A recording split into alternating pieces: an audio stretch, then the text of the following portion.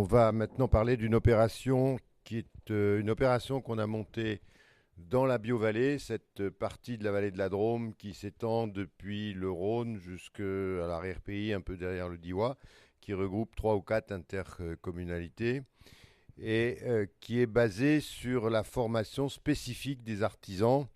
Je vais essayer de vous expliquer pourquoi on en est arrivé là. Alors un rappel pour ceux qui ne seraient pas au courant ou qui auraient un peu trop bu à midi.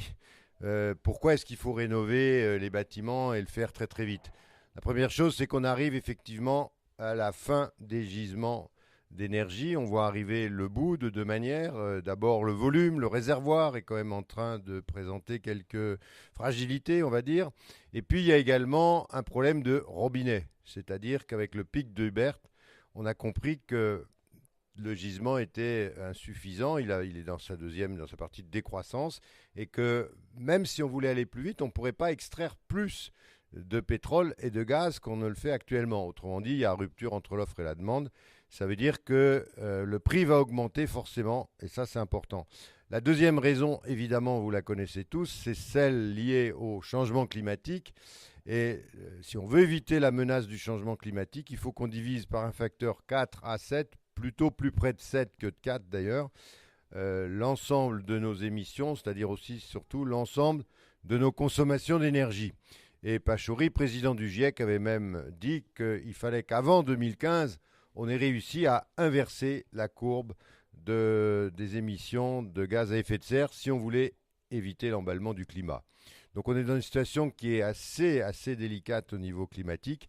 Je pense que globalement, on n'en a pas pris conscience tous ensemble, pas suffisamment en tout cas, et que du coup, on est dans des actions qui sont assez molles, qui se décident très lentement et qui ne vont pas du tout à la vitesse qu'il faudrait. Vincent vous a montré tout à l'heure ce document qui montre la structure du parc de logement d'avant 1975, avant 1975 parce qu'il n'y avait pas de réglementation thermique, donc ils sont a priori pas isolés ou très peu isolés, dans lequel on a vu qu'il y avait plus de la moitié, 53%, de maisons individuelles, puis 19, pratiquement 20% de petits bâtiments, pas plus de 10 logements.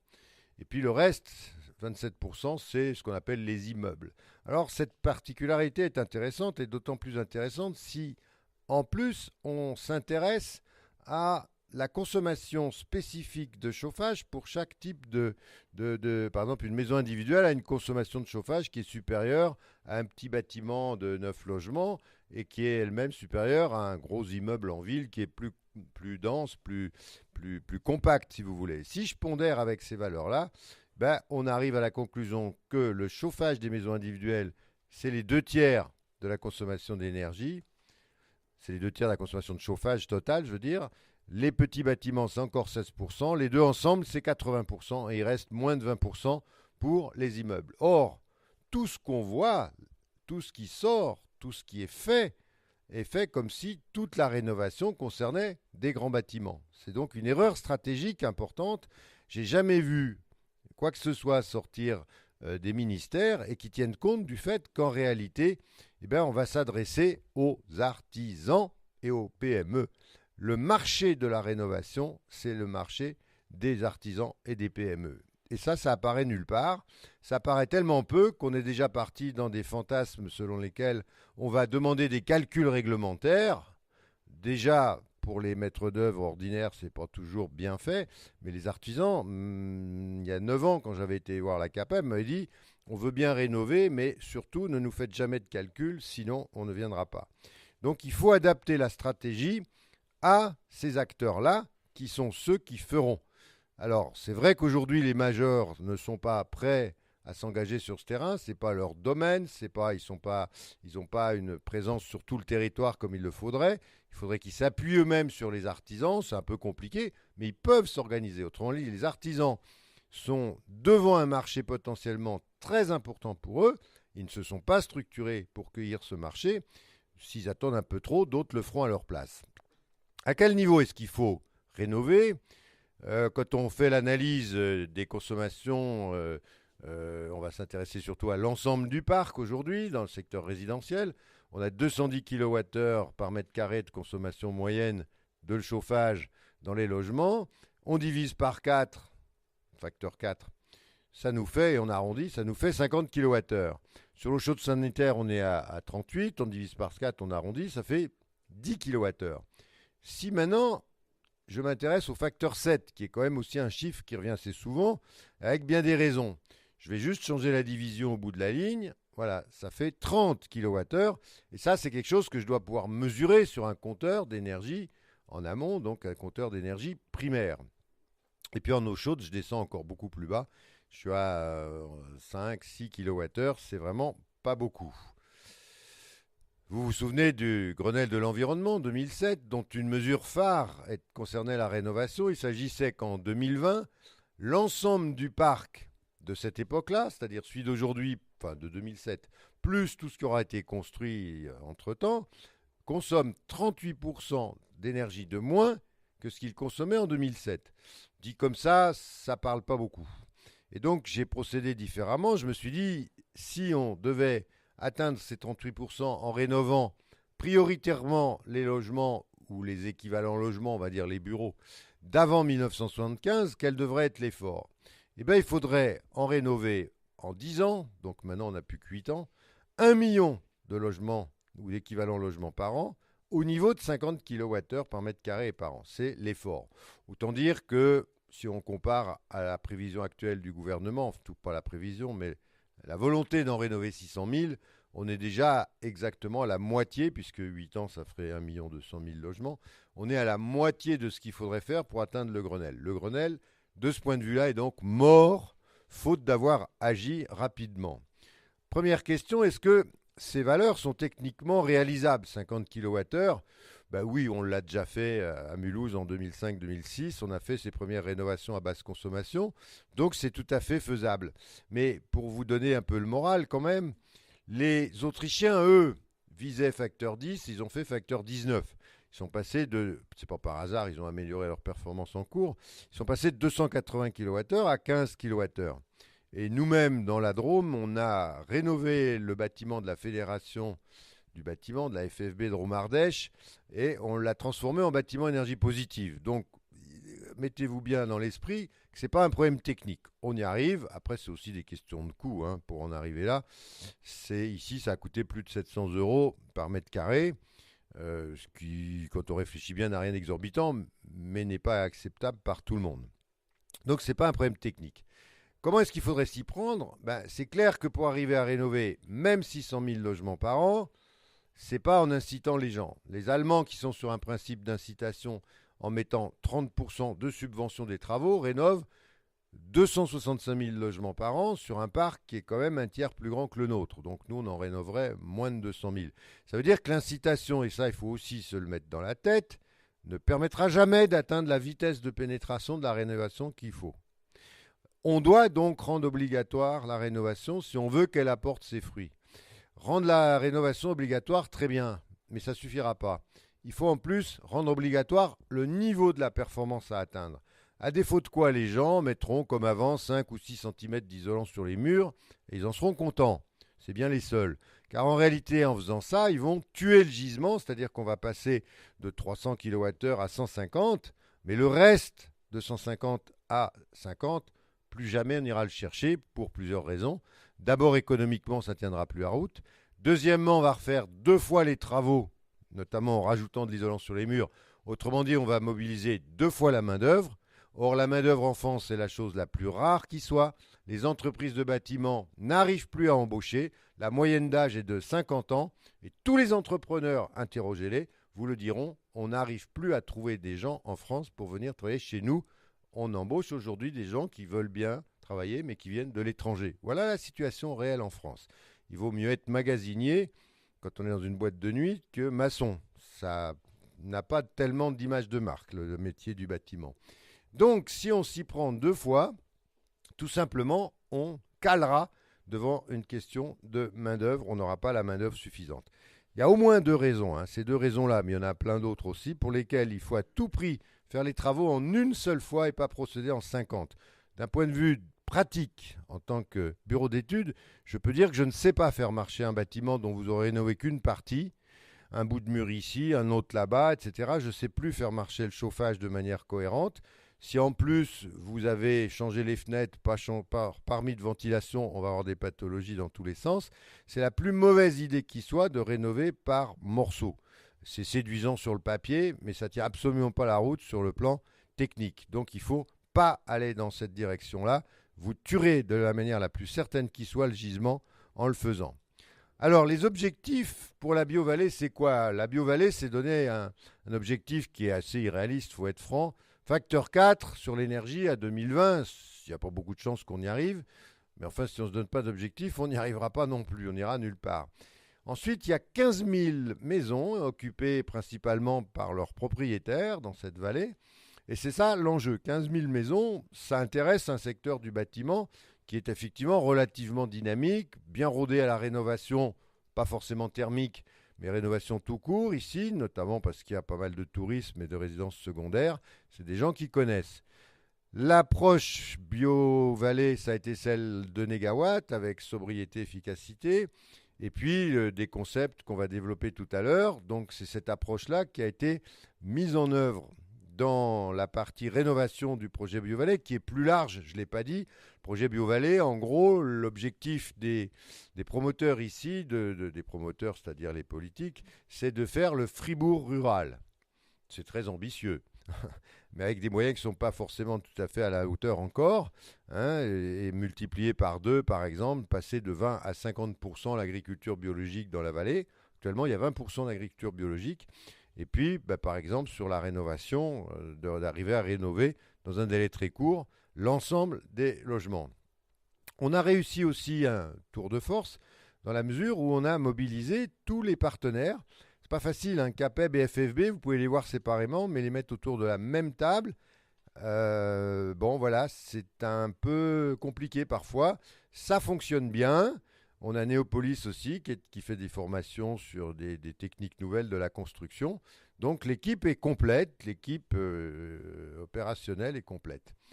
Alors, il y a une demande potentielle, c'est très clair, mais qu'est-ce qu'on observe? Une planète qui est à l'agonie, il faut être très clair, la survie de l'homme qui est en jeu. Bon, l'impératif du Grenelle, 1 million de logements rénovés par an à très bas niveau de consommation, qu'on ne va pas réussir à faire. Un marché colossal pour les artisans et les petites entreprises, mais dont ils n'ont pas vraiment conscience que ça va leur échapper s'ils ne bougent pas. Une demande qui est parcellaire, mais qui n'est pas nulle. Combien de personnes sont déjà venues nous voir et nous disent « J'aimerais rénover ma maison, qu'est-ce qu'il faut que je fasse ?» Pour l'instant, attendez un peu, pas grand-chose, parce que vous voulez que je dise quoi, moi? Allez voir le menuisier, il va vous renseigner. Et puis tout le reste, non, il n'y a pas de tout le reste, justement. Et il y a quelque chose qui ne colle pas. Pourquoi? Parce qu'en réalité, d'abord en France, le particulier ne va jamais faire appel à un maître d'œuvre pour rénover sa maison. À part les gens qui ont de très grandes maisons, des maisons de maître, etc., qui font appel à un architecte. Mais la rénovation courante ne passera jamais par un architecte. Elle passera encore moins par un bureau d'études.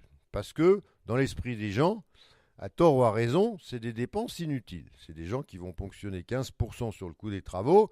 Ça ne sert à rien. Bon, voilà, il faut faire avec ça. C'est une donnée française, c'est pas comme ça ailleurs. Chez nous, c'est comme ça. Deuxièmement, le particulier qui a l'intention de rénover sa maison entame un parcours du combattant. Il doit lui-même recruter tous les corps de métier. Donc déjà, il faut qu'il sache ce qu'il y a à faire. Alors, il a déjà entendu parler des fenêtres, surtout qu'avec ses simples vitrages, il a un peu froid. Donc, il va contacter un menuisier qui va lui dire « Je vais mettre du double vitrage. » Très bien. Puis, il va lui dire « Mais ça va pas toute ma rénovation, va pas tenir ça. Peut-être faut que je rénove la toiture. Vous avez un confrère ?» Oui, oui, j'ai un confrère qui va proposer 150 ou 200 mm. C'est évidemment insuffisant. Et puis, ainsi de suite. Mais il ne va pas forcément atteindre tous les corps de métier. Pour faire ça, il faudrait qu'il soit lui-même professionnel du bâtiment, qu'il sache ce qu'il y avait à faire. Mais il n'en a aucune idée. Donc il va aller à la pêche et il s'arrêtera au milieu. S'il veut faire bien, il faut aussi qu'il donne le niveau de la performance à chacun des artisans. En lui disant, là ici, j'ai besoin de double ou de triple vitrage. Dans ma toiture, je voudrais 40 cm d'isolant. Mes murs, attention, pas moins de 15 ou de 20 cm d'isolant. Attention, l'étanchéité à l'air. Non mais vous imaginez le particulier? Ça ne peut pas être n'importe qui. On voit très bien que ce n'est pas ça qui va se passer. Puis en plus, il faudra certainement qu'il s'occupe de tout le pilotage du chantier, parce que ces gens ne vont pas forcément se parler entre eux. Ils vont venir, il pose ses fenêtres, il s'en va, il a fini son boulot. Qui va les piloter? Qui va les coordonner? Qui va aller sur le chantier pour voir le travail? Si c'est bien fait, pas fait, c'est le particulier. Autrement dit, aujourd'hui, c'est totalement impossible à un particulier de mener à bien une rénovation s'il n'est pas lui-même professionnel du bâtiment. Autrement dit, personne ne peut le faire. Donc on est devant un marché potentiellement important, mais simplement, il n'y a aucune offre en face, aucune offre structurée. Le particulier fait une demande, mais personne ne lui offre une réponse à cette demande. Et c'est ce qu'on a cherché à combler aujourd'hui dans cette BioVallée en travaillant au corps le sujet.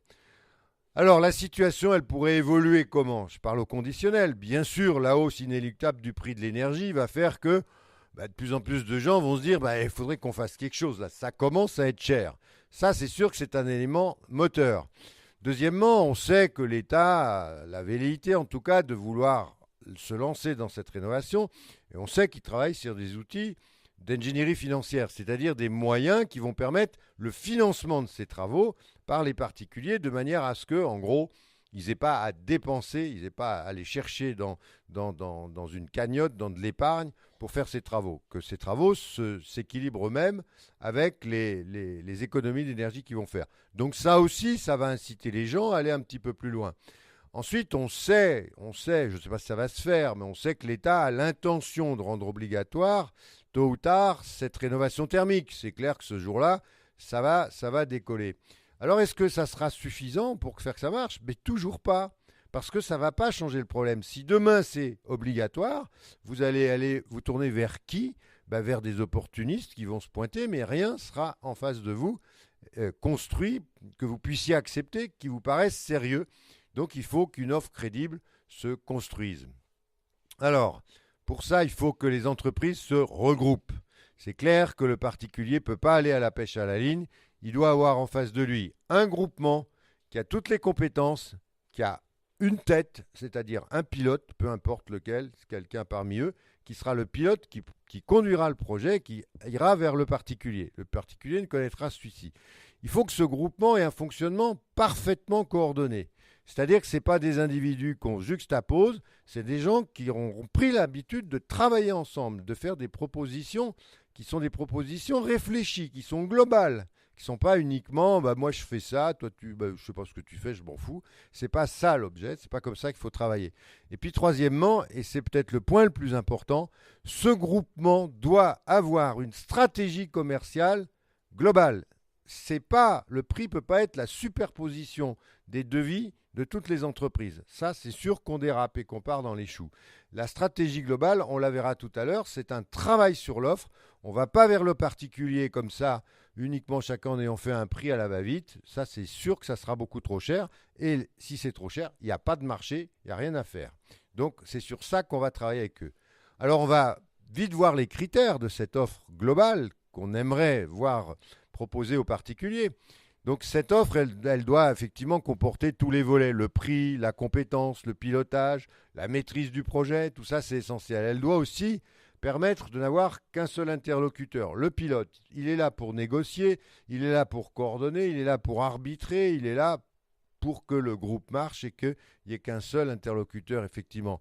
Le groupement, il doit avoir toutes les compétences. On ne peut pas imaginer que nous, on est très bons, mais on n'a pas de chauffagiste. Ah, c'est embêtant, ça. Le chauffagiste, c'est quand même quelqu'un d'important. Et si on a un chauffagiste, il faudra qu'il soit compétent. On verra ce que ça veut dire tout à l'heure. Il faudra justement que l'offre soit cohérente. Par cohérente, je veux dire que on revient au chauffagiste. On ne peut pas se retrouver avec un projet où on a divisé par 10 les besoins, mais où on laisse une chaudière beaucoup trop puissante. Si le chauffagiste, comme c'est un peu sa tendance, viendra vite mettre une très grosse chaudière, là où on a besoin plus que de 2 ou 3 kW dans une maison, il faut le reconnaître, la chaudière, elle tombera en panne en 15 jours, 3 semaines. Et elle coûtera cher pour rien. Donc ça, ce n'est pas une offre qui serait cohérente, qu'une offre qui comporterait une surpuissance monumentale, parce qu'on a toujours fait comme ça, que parce que qui peut le plus peut le moins, enfin les ritournelles qu'on a tous toujours entendues, ben, elles sont plus valables ici. Il faut aussi qu'il y ait une bonne cohérence dans les résistances thermiques qu'on est en œuvre entre les murs, le toit, le plafond, le sol, les vitrages, tout ça doit être bien en cohérence. Vous verrez ce que ça veut dire tout à l'heure. Elle ne doit pas présenter de redondance. C'est le gros risque. C'est que les artisans, s'ils ne se coordonnent pas, ils vont tous remettre une offre. Puis on va découvrir qu'en fait, parfois, ils proposent tous les deux la même chose à certains endroits parce que les limites de prestation ne sont pas très bien définies. À partir de ce moment-là, forcément, l'offre, elle est techniquement bancale d'une part, et puis elle est plus chère puisque les prix sont comptés 2 fois. Donc la maîtrise des techniques proposées, ça veut dire que, bien sûr, on propose du double flux, mais on sait ce que c'est que mettre en œuvre du double flux. C'est pas emmancher uniquement des bouts de tubes les uns dans les autres, c'est faire des réseaux étanches, c'est faire des réseaux équilibrés, c'est faire des réseaux avec des faibles pertes de charge, c'est fait avec des réseaux dont on a bien mesuré les débits et qu'on n'est pas en surdébit parce qu'on va avoir des surconsommations d'électricité. C'est tout ça qui n'est jamais abordé dans les formations classiques. Donc on voit bien que là, il y a des choses qu'il va falloir améliorer. Autre chose, par exemple, l'étanchéité à l'air. On en parle de plus en plus, on en parle dans les grands bâtiments, mais c'est un sujet qui n'a pas gagné l'artisan moyen. Et ce n'est pas l'artisan, c'est les artisans. Car l'étanchéité à l'air, on l'a réussi si tout le monde se sent concerné, ce qui est le cas. Si les gens ne sont pas concernés, ça ne marchera pas, là aussi. Donc vous voyez qu'il y a beaucoup de choses qui doivent changer. Il faut que ce groupement ait intégré les tâches transversales. Les tâches transversales, c'est celles qui vont les concerner tous un peu. L'optimisation du coût, ils sont tous mêlés, il n'y en a pas un tout seul. Ce genre de choses, le travail sur le chantier, les limites de prestation, jusqu'où tu vas toi, jusqu'où je commence, etc., à partir de quand je commence. Tout ça, il va falloir qu'ils se le définissent puisqu'ils n'ont plus de maître d'œuvre. Il n'y a personne pour leur dire il faut s'arrêter là, toi tu commences là, etc. Il faut qu'ils le fassent. S'ils ne le font pas, ils vont se déchirer très vite. C'est pas à moi de le faire, mais si c'est à toi, mais non, c'est pas à moi de faire, on s'en sort plus et la discorde arrivera. L'étanchéité à l'air est aussi un thème sur lequel c'est vraiment très très très transversal. Le contrôle du chantier, il n'y a pas de maître d'œuvre, il faut qu'ils apprennent à être leur propre maître d'œuvre, c'est-à-dire à faire de l'autocontrôle sur le chantier.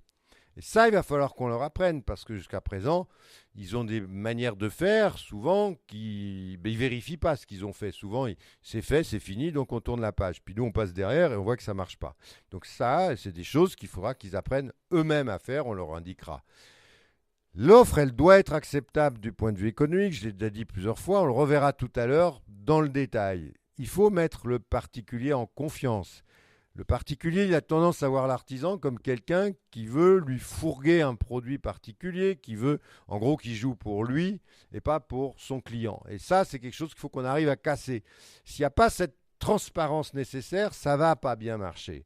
Donc, on voudrait apprendre aux artisans à ce que leur offre soit transparente. Qu'est-ce qu'il y a à cet endroit-là du prix ? Il n'y a pas de problème, je vais vous dire exactement ce que j'ai mis, combien d'heures je compte mettre, quelle est ma marge, etc. Tout ça doit être transparent et c'est comme ça que ça marchera. Souplesse, j'écoute et je corrige. Il n'est pas d'accord, je vais faire différemment, je vais tenir compte de ce qu'il dit. Donc ça va avec l'écoute, bien sûr. Et les conditions d'exécution, pareil, c'est un exemple, seront explicitées. Voilà, on interviendra de telle façon, ça va créer tel type de nuisance, il va se passer ça, ça va mettre tant de temps. Les choses doivent être claires entre le groupement et le particulier. Et enfin, l'offre doit être pédagogique. Parce que nous, ici, on vient de voir, on sait qu'il faut faire un facteur 4 ou 7. Le particulier, il a entendu qu'il faut rénover, mais il faut quand même peut-être qu'on lui explique ce qu'on va faire chez lui et pourquoi on le fait. C'est très important le pourquoi. C'est l'acceptation. Ah, j'ai compris. Finalement, d'abord, c'est pas pour moi, c'est pour mes enfants. Tout ça est important et tout ça doit être explicité. De même qu'on lui expliquera comment ça va se dérouler, comment les choses vont se faire. Voilà, c'est un côté d'apprentissage, j'ai envie de dire. Alors, l'opération des Rémi, qui concerne donc 15 000 logements, qui cherche à aider les artisans, elle a procédé en faisant une formation qui a déjà eu lieu pour 2 groupements d'artisans, dans lequel on cherche à les former d'abord à des problèmes techniques.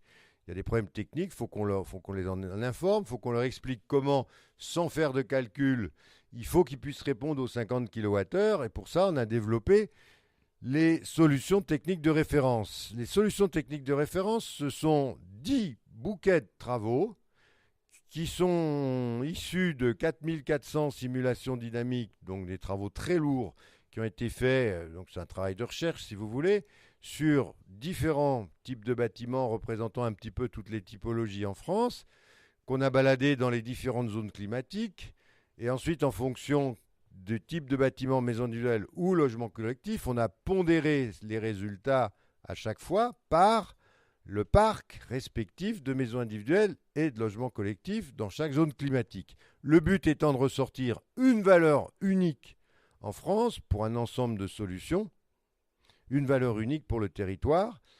L'idée étant, on fait tous la même chose dans les rénovations, qu'on soit à Lille, à Marseille, à Strasbourg, à Rennes, on met en œuvre la même chose. Si tout le monde en France utilise l'un quelconque de ces 10 bouquets pour rénover les bâtiments, à la sortie, la France, le parc sera à 50 kWh. On n'est pas obligé d'être tous à 50 kWh pour y arriver. Le parc doit y être, on y arrive, c'est infiniment plus simple. Ah, bien sûr, à Strasbourg, ils seront à 80, à Marseille, ils seront à 20. Et c'est cette péréquation qui conduit au résultat. Mais la force de cette proposition, c'est que ça devient hyper simple. C'est qu'il n'y a plus de calcul à faire, c'est qu'il n'y a plus qu'un ensemble de solutions dans lequel il faut choisir la bonne. Et ça devient à la portée, effectivement, des artisans qui n'ont jamais revendiqué de faire des calculs. Jamais, au contraire même. Donc on leur apprend comment. Il y a 10 solutions, il y a 4 solutions d'isolation par l'intérieur, 6 d'isolation par l'extérieur. Donc, je sais pas, moi, vous avez un magnifique vieille ferme en pierre, c'est clair que vous n'allez pas l'isoler par l'extérieur. Donc, vous allez chercher dans les 4 qui sont là. Après, vous avez une colonne ici sur le niveau d'étanchéité à l'air que vous allez vous imposer. Si c'est un bâtiment qui fuit de partout, vous vous dites, bon, je vais faire bien, mais arriver à des très bas niveaux d'étanchéité à l'air, c'est quand même très difficile. Donc, je vais m'imposer seulement 3 volumes par heure au test du N50 à 50 pascal, ou si vous êtes dans un bâtiment que vous sentez bien, vous vous dites ça, j'arriverai à faire quelque chose de très étanche, vous pouvez choisir 1 volume par heure. Donc voilà, c'est encore une possibilité.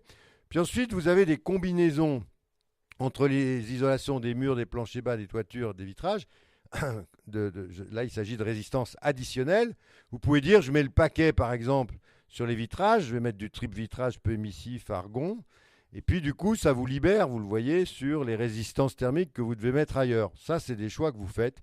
Et puis évidemment, à la sortie, il y a aussi le choix ventilation. Pratiquement toutes les solutions imposent la ventilation double flux. L'hygroréglable, on en a mis 2 parce que pour pas qu'il y ait des plaintes et des gémissements dans les...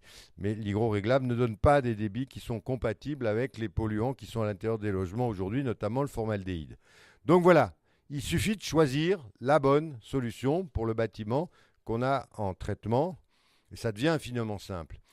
Deuxième chose, apprendre des techniques nouvelles. Par exemple, la ventilation double flux qui peut poser problème en rénovation avec la manière qu'on aurait a priori de la traiter, c'est-à-dire une colonne centrale, des distributions horizontales.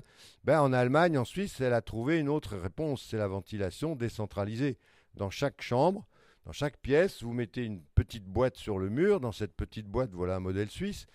Vous avez l'entrée d'air neuf qui va se faire par un orifice dans le mur qui est là, qui passe dans l'échangeur, qui passe, donc il y a un filtre ici, qui passe dans un tout petit ventilateur et qui est soufflé vers le bas déjà. L'air neuf est soufflé en bas, c'est-à-dire que vous n'avez plus la gêne, l'air froid qui arrive sur la tête et l'envie de tout boucher, elle n'existe plus. L'air vicié repris par en haut passe dans un ventilateur, un filtre, l'échangeur, et ressort ici, dehors. Ces petites boîtes, la boîte de ce Suisse par exemple, il pense que quand il l'aura complètement industrialisée, elle va coûter 150 €.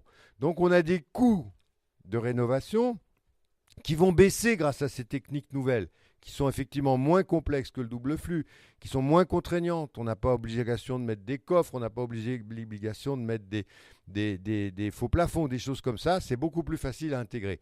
Il y a comme ça un certain nombre de nouveautés qui ne sont pas en France, il faut reconnaître.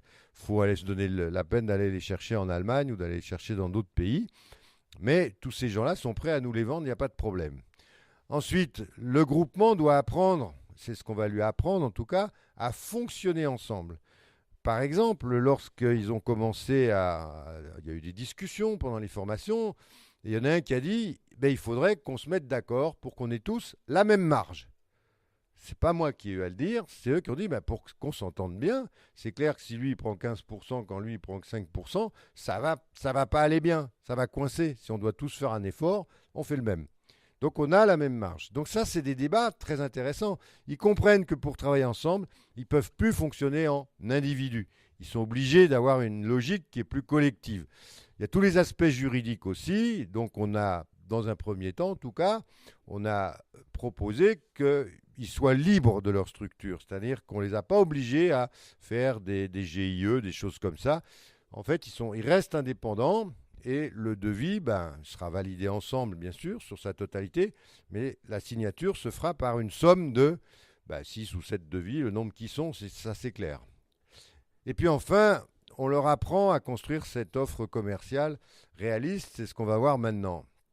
Pour comprendre ce que ça peut être, une offre commerciale réaliste, il faut d'abord se mettre un instant dans la tête du particulier. Le particulier, il veut faire des travaux, mais il se dit, bon, ça va forcément me coûter de l'argent, donc il va falloir que j'emprunte. Bon, ça fait des remboursements, comment je vais m'en sortir? Déjà, il a peur. Emprunter, ça lui fout la trouille, donc il a peur. Bon, alors il se dit aussi, ça va faire des économies d'énergie. Combien qui va me rassurer sur ça? Est-ce que ces économies vont compenser les coûts de mes remboursements? Il ne sait pas trop. Il se dit, pour que ça soit rentable, il faudrait qu'on me calcule un temps de retour. C'est une notion qu'il a entendue comme ça, qui n'est pas très adaptée en l'occurrence, mais qu'il a entendue. Alors, qui c'est qui va me calculer le temps de retour? Puis, bon, finalement, il se dit, j'ai pas très confiance dans mon banquier, surtout c'est réciproque, hein, le banquier non plus d'ailleurs. Et en ce moment, le banquier n'a pas très envie de prêter aux particuliers. Donc, il se dit, bon, finalement, l'entrepreneur, c'est lui qui va m'aider. En gros, c'est ça. C'est son rêve. C'est ce qu'il y a dans sa tête. Hein, aujourd'hui, l'entrepreneur, c'est pas forcément l'aider, mais c'est ce qu'il y a dans la tête du particulier. Mais si je pouvais avoir une aide, alors ça peut être les EIE, les gens comme ça. Mais là, on est dans une logique où, ça y est, le EIE a passé la main et on est en face du groupement qui doit répondre. Le EIE, il canalise, il va amener les gens qui ont envie à aller vers des gens qui peuvent leur répondre. Et là, on est dans cette réponse-là. Et puis, il y a le très mauvais réflexe, c'est trop cher. Bon, c'est pas compliqué, on va réduire l'épaisseur d'isolant. Il n'y a qu'une chose à pas faire, c'est ça. Le prix n'a pratiquement rien à voir avec l'épaisseur d'isolant. Je rappelle juste cette anecdote un gros bailleur est venu nous chercher pour faire une rénovation importante. Et je lui demande c'est quoi la cible. Il me dit classe énergétique C. Je lui dis non, ça je fais pas. Moi je fais A. Et il me répond si vous faites A pour le même prix, c'est bon. Et on a fait A pour le même prix. 528 logements. Donc voilà, c'est pas lié. Il y aurait une grande erreur à se dire je vais réduire l'épaisseur d'isolant, comme ça sera moins cher. Ça jouera sur epsilon et c'est même pas la peine d'en parler. Donc, ce qu'il faut dire à ce particulier, il faut le rassurer. On n'a pas encore conclu quoi que ce soit avec lui. Il faut déjà lui dire une chose de bon sens. Vous faites des travaux dans votre maison, mais votre maison, sa valeur augmente. Donc même si vous changiez d'avis juste après, même si vous êtes plus solvable, votre banque vient vous chercher, dans le pire des cas, cette maison, elle vaut plus. Si vous voulez, vous pouvez la revendre, vous pouvez aller ailleurs, vous faites ce que vous voulez, mais vous n'avez absolument rien perdu. Les Suisses nous expliquent qu'une maison, un bâtiment, un logement à basse consommation vaut aujourd'hui 10 à 15% de plus sur le marché que le même logement, pas du tout calorifugé. Pas du tout performant. Donc ça, c'est une première chose de bon sens. Deuxième chose, qu'il n'a peut-être pas en tête, c'est que son logement va être hyper confortable. Il suffit de demander à tous ceux qui l'ont fait. Le logement il n'y a plus de parois froides, il n'y a plus de fuite d'air, ça devient extrêmement confortable. Troisièmement, les travaux vont permettre des économies d'énergie, ça fait pas un pli, mais ces économies vont être de plus en plus importantes financièrement chaque année à cause de l'augmentation du prix de l'énergie, qui est une réalité. Ce n'est pas une nouveauté. Il suffit de prendre par exemple l'augmentation des prix du gaz depuis 7 ans, c'est 7,3% en moyenne par an, en francs courants. Donc ça, c'est une réalité qui va aller dans le bon sens.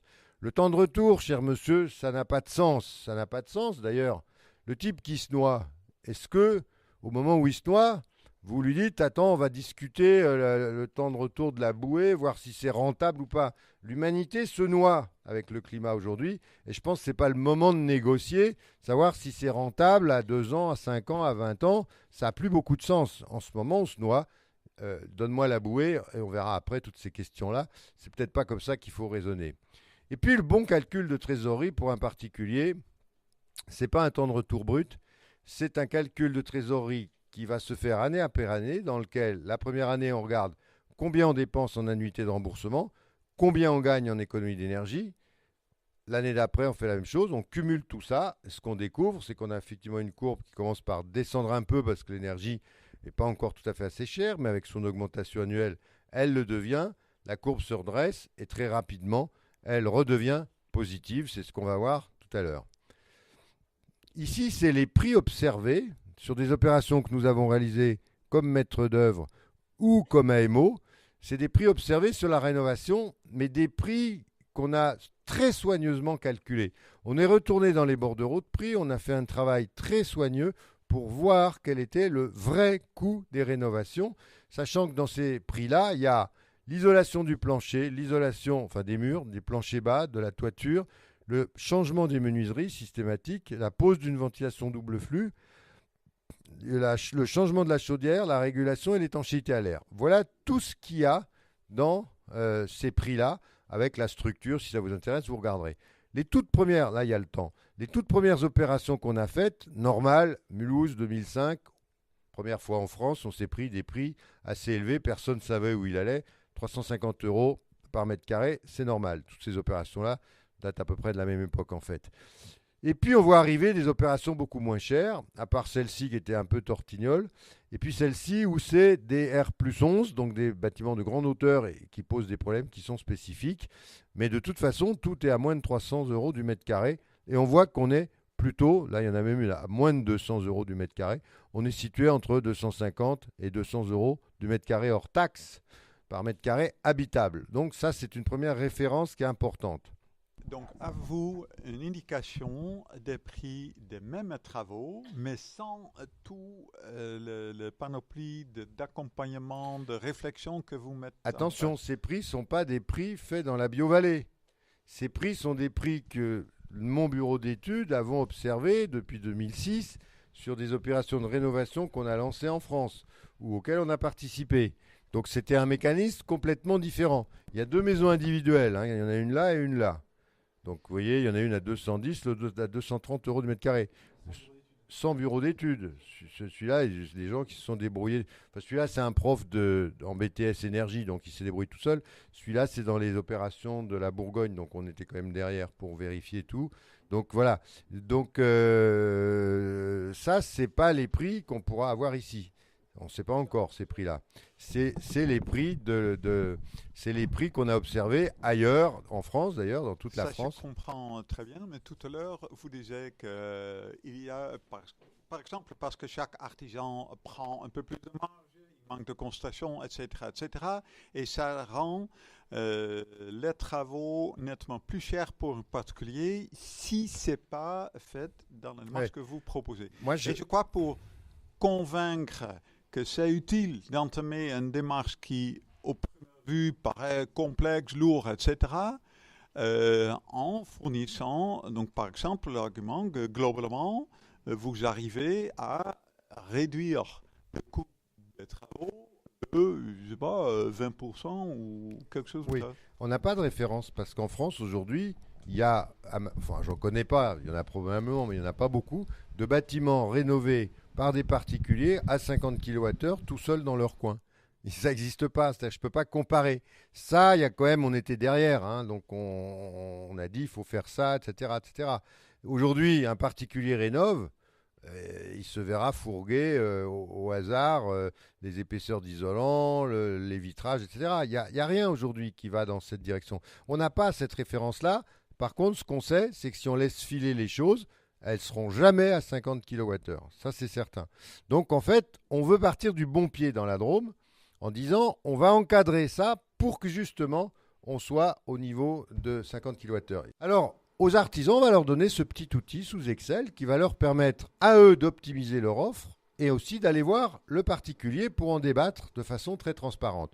Je mets la surface de la maison, la consommation d'énergie, du gaz ou de n'importe quoi la première année, la consommation d'électricité, c'est un exemple que je vous donne là. Les objectifs, donc 50 kWh, puisque j'ai 100 mètres carrés, 50 kWh par mètre carré, ça fait 5000. Une petite économie facile à faire sur l'électricité qu'on prendra en même temps. Voilà, première chose. Deuxième tableau, c'est les paramètres énergétiques. J'introduis en l'occurrence le coût actuel du gaz. J'introduis le coût actuel de l'électricité. Et ici, je fais des hypothèses. Je fais des hypothèses sur l'augmentation du prix des énergies en euros courants. Donc ça inclut l'inflation. Hein. C'est-à-dire qu'en pur, il faut enlever au moins 2% sur ces choses-là. Troisième panneau, comment je finance? Donc j'envisage, j'ai mis exprès la marge un petit peu haut. Je vous ai dit que c'était entre 200 et 250 euros hors taxe. Il faut rajouter 7% de TVA. Il faut rajouter quelques autres bricoles. Bref, j'ai supposé qu'il y avait 300 euros pour ne pas m'embêter. Avoir une petite marge, 100 mètres carrés, 30 000 euros. Je finance par le prêt à taux zéro, qui est parfaitement compatible avec les bouquets, ou c'est plutôt les bouquets de solutions qui sont compatibles avec lui. J'ai donc droit à hauteur de 15 ans également. Le remboursement se fait en 15 ans. Donc, je n'ai pas besoin d'un prêt supplémentaire, mais si c'était le cas, je le modéliserai ici. Je n'ai pas non plus d'apport ou de subvention. J'aurais pu mettre les certificats blancs ici, par exemple, ce qui m'aurait réduit le montant de mon prêt à taux zéro. Et j'ai ce type de résultat. C'est-à-dire que je calcule le bilan en trésorerie cumulé année après année. Donc évidemment, chaque année, j'en perds un peu au début. Puis vous voyez, ça se tasse. Ça passe par un minimum dans le cas que je vous ai donné là, qui est au bout de 6 ans. J'ai en cumul 1863 euros dépensés sur 6 ans. C'est-à-dire 300 euros par an, c'est-à-dire 25 par mois. C'est acceptable. Je passe en positif au bout d'11 ans et demi. Et ensuite, je ne fais que gagner de l'argent. Voilà. Donc, c'est avec ce genre de courbe qu'on va aller vers le particulier pour lui dire, bon, est-ce que vous acceptez finalement à son épargne, on ne recourt qu'à hauteur de moins de 2000 euros sur une durée de 6 ans. C'est quand même jouable. Et puis, au bout d'11 ans et demi, il va gagner de l'argent. Tous les ans, il va emmagasiner de l'argent. On va, avec cet outil, jusqu'à ce qu'il l'accepte. Est-ce que ça vous convient, ça ne vous convient pas, etc. Ça veut dire qu'on peut avoir à retravailler l'offre. Et on en vient à ça. L'offre doit être, si elle est jugée trop élevée, elle doit être retravaillée. Alors comment? Première chose, on regarde les redondances. Qu'est-ce qui serait comptabilisé 2 fois dans le devis qui a été remis? Deuxièmement, on peut retirer tout ce qu'on a pu mettre en option, des choses comme le chauffe-eau solaire, toutes ces choses-là, on va les éliminer, on va faire le minimum pour arriver aux factures 4. On va demander à chacun de vérifier son offre pour être sûr qu'il n'a pas introduit des éléments, j'ai mis tant d'heures ici ou tant de jours ici, je peux faire mieux. On le fait tous, on sait que c'est faisable. Donc on revoit un petit peu en serrant son offre parce qu'on a envie que ça marche. On revoit sa marge si c'est nécessaire, on voit la marge collective. On peut reprendre la nature de l'offre s'il y a des solutions moins chères. On est parti sur la combinaison de bouquets numéro 2. On se dit, tiens, est-ce que la 3 serait pas moins chère ou la 6, j'en sais rien, moi. C'est dommage, mais on peut dégrader certaines prestations du genre, j'ai mis des menuiseries en bois, je sais que c'est plus cher que le PVC. Qu'est-ce qui se passe si je mets du PVC, par exemple? On peut simplifier parfois certaines prestations. Et puis, dernier recours, mais il ne faut vraiment pas en user trop, c'est ce qu'on appelle le geste commercial. Allez, je fais encore moins 2% sur le prix auquel j'arrive parce que cette opération m'intéresse. Ça s'appelle travailler son offre et ça se fait rarement par un groupement, ça se fait même jamais en groupement et ça se fait pas très souvent avec un artisan tout seul. Alors, l'opération Dorémy, en quoi est-ce qu'elle consiste? En 5 étapes, très rapidement. Premièrement, on a fait un appel à candidature des artisans et des petites entreprises qui seraient intéressés en leur disant, voilà, ce qu'on cherche, c'est des gens qui travaillent sur ces corps d'État-là. Je vous laisse lire. C'est ça qu'on veut. Et dans chaque groupement, il faudra qu'il y ait au moins un représentant de chacun de ces corps d'État-là. Condition qu'on demande, c'est qu'ils aient d'abord suivi les formations FIBAT 1 et FIBAT 3. Chacun, le 3, c'est par spécialité. c'est de la culture générale. Ces formations FIBAT, ce n'est pas des choses très spécialisées. C'est vraiment un point d'entrée, on a quand même envie de parler le même langage. On demande que 10% du personnel de la société suive cette formation. Ça a déjà été évoqué plusieurs fois aujourd'hui. Est-ce que c'est le patron qui vient ? Bon, quand c'est une petite boîte, c'est le patron qui vient, mais simplement si la boîte est un peu plus grosse, on aimerait qu'il ne soit pas seul. Ça, c'est une deuxième contrainte qu'on a mise. Et puis, une contrainte qui est forte, mais pour l'instant, c'est jamais que des mots, qu'ils acceptent dans le principe le fonctionnement en groupement, avec un pilote à la tête et des règles qu'on a édictées. Donc, ils s'engagent à signer une charte pour respecter ces règles-là.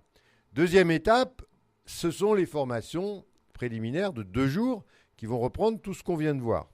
Tout ça, les points techniques, les points économiques, le fonctionnement, tout ça, ils le font en 2 jours. Je vais pas le lister, vous le relirez tranquillement.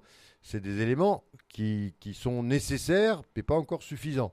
Donc, on a déjà eu 2 formations avec à chaque fois une vingtaine d'artisans sur ce format de 2 jours. Puis ensuite, on va faire une formation technique plus spécifique cette fois pour des métiers. Il y aura une formation, ça va durer une journée au total, mais une première demi-journée, c'est tout le monde sur l'étanchéité à l'air. Tout le monde, tous les corps d'État. Et l'après-midi, on verra par métier, cette fois, pour les chauffagistes, pour la ventilation, pour l'isolation extérieure, bref, métier par métier, des informations qui sont plus précises. Quatrième étape, groupement, on leur demande de se former. On leur demande de se remettre ensemble pour avoir les différentes compétences qu'on a vues tout à l'heure et de nous faire une offre en nous disant, voilà, on va se mettre un tel. Donc nous, on vérifie qu'il y a bien les compétences qu'on a demandées, qu'ils ont bien suivi les formations qu'on a demandées. Et de nouveau, on leur demande de confirmer qu'ils acceptent le fonctionnement en groupement avec les règles. Et puis enfin, on a le budget pour suivre 5 groupements. Dernière étape, la plus longue, la plus complexe, c'est qu'on va les accompagner ensuite, chaque groupement, sur 2 opérations de A à Z. C'est-à-dire A, ça veut dire qu'on va aller avec eux faire l'état des lieux. Ce n'est pas le diagnostic, on ne fait plus de calcul. On vient voir comment se présente le bâtiment, l'état des murs, est-ce qu'il y a de l'humidité, si oui, pourquoi, etc. Bref, avant de commencer à travailler sur un bâtiment, il faut savoir d'où on part, c'est cette étape-là. On le fait avec eux. On établit les coûts avec eux, enfin ils les établissent et on discute avec eux sur la manière d'affiner son prix.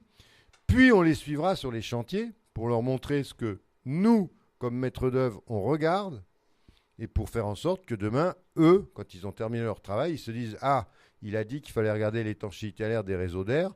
Alors, comment on fait ? On met en pression, ok, ils vont le faire. » Et donc le but, c'est de s'auto-contrôler. Donc cette étape chantier, elle est très importante. Puis enfin, il y a la réception de l'opération à la fin. C'est eux-mêmes qui devront le faire. Ils bénéficieront d'une attestation qui leur donnera un petit plus. Quand il y aura des EIE qui feront, avec des clients qui seront intéressés, la liste de tous les groupements sera fournie et le particulier, c'est lui qui choisira. On ne se mêle pas de ça. Il y a des lois de marché. C'est à celui qui proposera ce qui est le plus intéressant au particulier qui le remportera. Voilà. Donc la conclusion, on va la passer vite. C'est que voilà, si on ne fait pas cette opération de formation des groupements, le marché énorme de la rénovation un peu partout en France se fera pas. Moi, je pense qu'il ne se fera pas ou pas du tout, ou à la marge. Et donc, c'est absolument essentiel qu'on procède à ce type de formation, même si c'est lourd. Je ne vois pas comment on peut l'éviter. Merci de votre attention.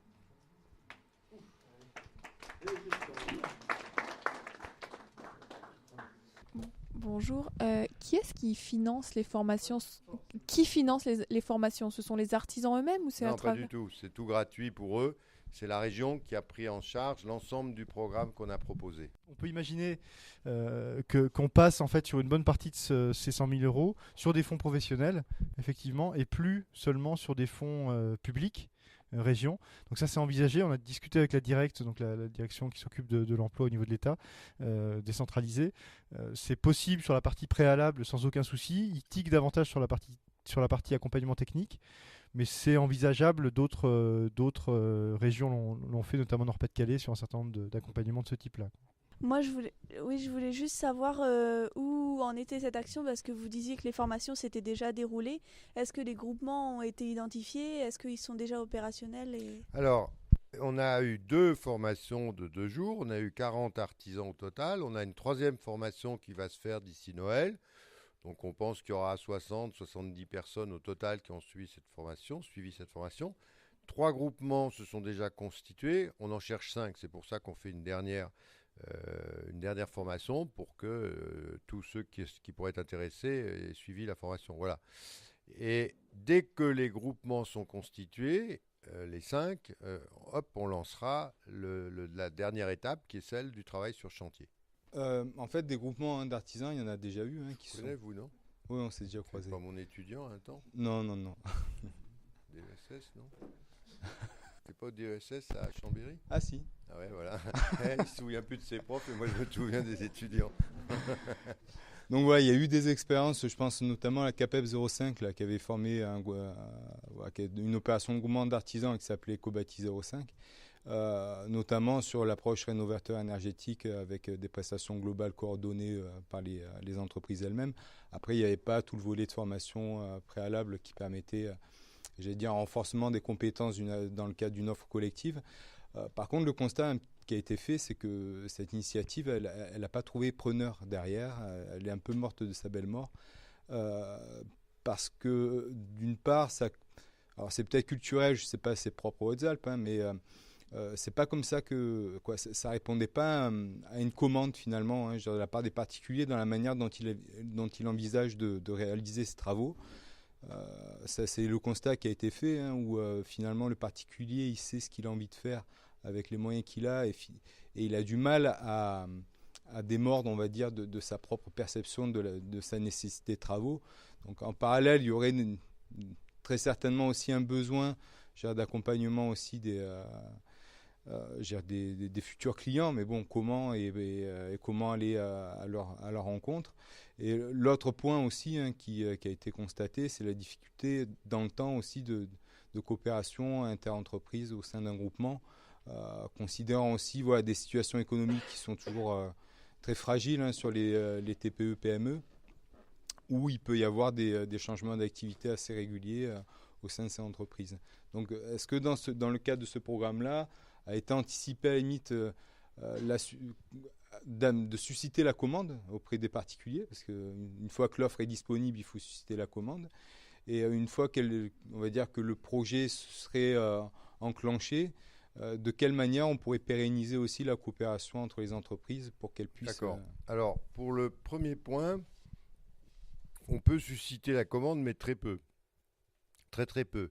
On n'a pas vraiment de pouvoir. Simplement, en créant... C'est l'œuf et la poule, cette histoire. C'est-à-dire, tant que les particuliers n'ont pas en face d'eux vraiment une structure qui les met en confiance, qui leur fait quelque chose qui est optimisé, parce que je vois très bien ce qui se passe, je pense qu'ils ont peur, d'abord, parce que je ne sais pas exactement ce à quoi vous faites allusion, comment ça s'est passé. Ces groupements devaient être un peu informels, ils n'étaient pas très structurés. Là, on essaye vraiment de leur donner un mode de fonctionnement optimal, avec des coûts optimisés. Si ce n'est pas le cas, effectivement, il ne se passe rien. Donc, pour que ça puisse démarrer avec une offre minimaliste, il faut au moins qu'on ait fait ça. Sinon, on se mord la queue, il ne se passe jamais rien. Première chose. Deuxième chose, il va se passer des choses parce que l'État a décidé de passer à l'action. Il va le faire. Le président a rappelé lors de la conférence environnementale, c'était une des priorités, le plan de rénovation. Donc, il va y en avoir. Donc, il va y avoir des moyens mis en face, voire des contraintes. Et le dernier élément, je l'ai dit tout à l'heure, c'est l'augmentation du prix de l'énergie. C'est ça qui fait que la demande va se construire. Et nous, on veut simplement qu'une offre soit prête à ce moment-là. Sinon c'est un coup d'épée dans l'eau. Mais c'est évident, vous avez raison. Nous, on ne peut pas aller la stimuler, cette demande. Elle va se faire toute seule par le contexte global. La deuxième chose, c'est la pérennisation des entreprises. Oui, bien sûr. Peut-être que justement, faire qu'ils aient un marché comme ça, local, il est vraiment local le marché, abondant, on l'espère, va les aider à avoir une stabilité économique, parce qu'ils auront du boulot, ils seront les premiers en plus, il faut voir ça, ils vont être les premiers à être bien formés, ceux-là, ils ne vont pas manquer de boulot. C'est ceux qui ne sont pas venus tout de suite qui vont avoir plus de difficultés. Après, on ne peut pas faire grand-chose d'autre. Il y a un élément également sur le cluster éco-énergie qui est aussi partenaire, donc qui n'a pas été cité là. Le cluster a une action sur les groupements, la formalisation des groupements. Donc un accompagnement des entreprises qui souhaitent se mettre en groupement formalisé, donc soit associatif, soit SCOP, soit SIC, SA, SARL, etc. Et du coup, ils ont une aide s'ils souhaitent, si les groupements informels qui sont constitués là souhaitent aller plus loin, ils ont une aide à la fois stratégique, enfin conseil, et éventuellement financier, je ne sais pas dans quelle mesure, pour avancer sur cette constitution en groupement formel, ce qui peut permettre de réfléchir davantage sur les questions de coopération entre les entreprises. Est-ce qu'il y a d'autres questions ? Lorsque vous évoquez le parc, gisement d'économie d'énergie, vous avez évoqué les propriétaires et puis la peur qu'ils peuvent avoir. Alors sur le volet économique, vous avez évoqué une solution qui peut être le taux après zéro, le prêt à taux zéro, pardon. Mais qui dit propriétaire dit des gens qui ont dû faire peut-être un crédit, qui n'ont plus les moyens d'investir, peut-être des gens qui sont déjà en précarité énergétique, des gens qui n'ont plus de bas de laine. Est-ce que ces gens-là peuvent être concernés ou c'est déjà foutu pour eux ? Non, au contraire. Mais vraiment au contraire. C'est le prêt à taux zéro, c'est un prêt qui est... Justement, il a été fait pour ça. Donc, c'est un des rares prêts qui rapporte de l'argent. Quand vous achetez une voiture avec un prêt ou une machine à laver ou une maison, ça ne vous rapporte rien. Donc, les banques ont peur de ça. Là, les banques, elles ne prennent pas un gros risque. Justement parce que ce prêt va se rembourser lui-même. Il n'y a pas de condition d'accès au prêt à taux zéro. Après, la banque fait ce qu'elle veut, ça c'est clair. Elle n'est pas obligée de vous dire que vous avez une tête qui ne lui revient pas. Mais elle est libre, ça c'est certain. Mais elle est rassurée grâce à ça. Oui, mais on peut être déjà à la limite de... Justement, ça fait partie des grandes discussions il y a déjà longtemps avec les banques qui ont dit mais c'est pas possible ce que vous racontez parce qu'on avait marié ça au moment des sessions. On dit mais les gens ils sont déjà au taux maxi. Sauf que très vite, les banques ont quand même compris que cet emprunt-là ne pouvait pas s'ajouter à l'autre, justement parce qu'il ne coûtait rien. Je fais le même prêt pour acheter une voiture, ah bah oui, c'est clair, si je ne suis pas solvable, c'est 2 000 € par an. Bah là non, c'est une somme qui est très faible, vous voulez ajouter quelque chose. Attendez, je connais la réalité des banques. Dans la réalité, ce n'est pas ce qui se passe aujourd'hui. Pourquoi ? Parce que la banque considère... Qu'est-ce que c'est le prêt à taux zéro ? C'est une opération des banques. Simplement, l'État dit à la banque, moi, je vous finance l'intérêt, ça lui coûte 25% du montant, qu'il va faire sous forme d'un crédit d'impôt aux banques, crédit d'impôt sur les sociétés, la deuxième année. Donc il leur verse tout d'un coup. C'est pour ça aussi que c'est moins que ce que vous payeriez. Mais derrière, si vous regardez les conditions du prêt, en fait, le banquier ne fait pas un métier de banquier, il fait un métier de thermicien. Et il a dit, stop, ça me suffit. Moi, je ne vais pas plus loin. C'est pour ça que les 10 solutions, les 10 bouquets que j'ai proposés là, vous prenez n'importe laquelle, elle répond à tous les critères du prêt à taux zéro, 30 000 €, 15 ans. C'est-à-dire, c'est des bouquets, il y a au moins 3 types de travaux, etc. Nous, on en a 6. Tout est dedans et les valeurs de résistance additionnelles sont les bonnes par rapport à ce qui est demandé. Autrement dit, le banquier, avec ça, terminé, il n'est plus embêté, il n'a plus à regarder, il sait que c'est les solutions techniques de référence, il n'a plus à se casser la tête, on lui enlève ce qui l'embête aujourd'hui. Voilà. Alors, ce que je sais tout ce que vous dites, ce qu'on se dit juste, nous on va aller les voir, les banquiers, avec tout ça, on veut les remettre en marche. Aujourd'hui, le prêt à taux zéro, il est planté par les banques, on est tous d'accord sur ça. Il faut juste qu'avec l'État aussi, on le sait, on a des contacts, l'État fonde toute sa stratégie sur le PTZ, donc il faut que ça marche. Et il va faire ce qu'il faut pour que ça marche. On va y arriver. Pour l'instant, je suis tout à fait d'accord que si on ne va pas discuter maintenant ce qu'on va faire, on va les mettre, toutes les banques du coin, on va aller les voir, on va leur expliquer l'approche, on va leur dire pourquoi leur métier va redevenir un métier de banquier, que ça va fonctionner. Aujourd'hui, je suis complètement d'accord, ça freine dur. Il y a des éléments aussi à prendre en compte sur les aides supplémentaires. Là, Olivier a centré sur la partie prêt à taux zéro, mais il y a aussi... on est déjà très en retard. Il y a également des aides régionales dans le cadre des rénovations exemplaires. Donc il y a 1000 rénovations exemplaires, dont 500 qui portent sur les maisons individuelles, donc avec des financements qui sont entre 1000 et 6000 € par logement. Il y a donc ça, il faut les mobiliser, mais l'objectif, c'est que les artisans soient en capacité de porter les dossiers aussi. Il y a des aides type crédit d'impôt. Pardon, il y a des aides d'abord type CE, donc certificat d'économie d'énergie, donc 1000, 1500 € par logement. Il y a donc ça qui sont pris en charge par les organismes type CAPEB qui qui ont déjà des mécanismes. On n'a pas encore trouvé le moyen de valoriser mieux que ça pour l'instant. Il y a également des aides du type crédit d'impôt, quand c'est cumulable, crédit d'impôt développement durable, en fonction des conditions de ressources. Après, effectivement, ça ne règle pas tous les problèmes. On n'a pas vocation à les régler tous là.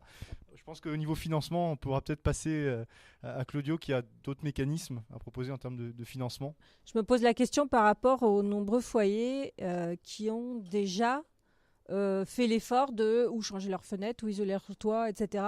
Comment les groupements vont pouvoir répondre à leurs demandes à eux du fait qu'on ne fasse pas de calcul? On l'a déjà ce problème dans celles que je vous ai montrées, on a déjà ces difficultés-là. Bon, c'est du cas par cas, c'est-à-dire que le cas le plus fréquent, c'est la fenêtre, dont ils sont tous toujours très fiers. Si elle a 10 ans, par exemple, il n'y a aucune fenêtre de 10 ans qui correspond effectivement aux exigences dont on a besoin là. Donc les fenêtres, elles seront changées.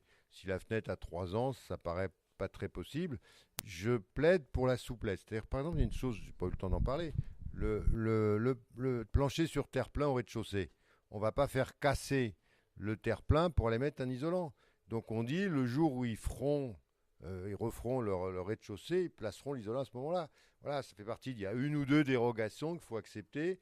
C'est ce que j'ai appelé la souplesse, quoi, en gros. Donc ça sera à négocier au cas par cas, avec une certaine fermeté quand même. Il faut des règles, hein. Mais c'est sûr qu'il faut s'adapter, on le fera à chaque fois.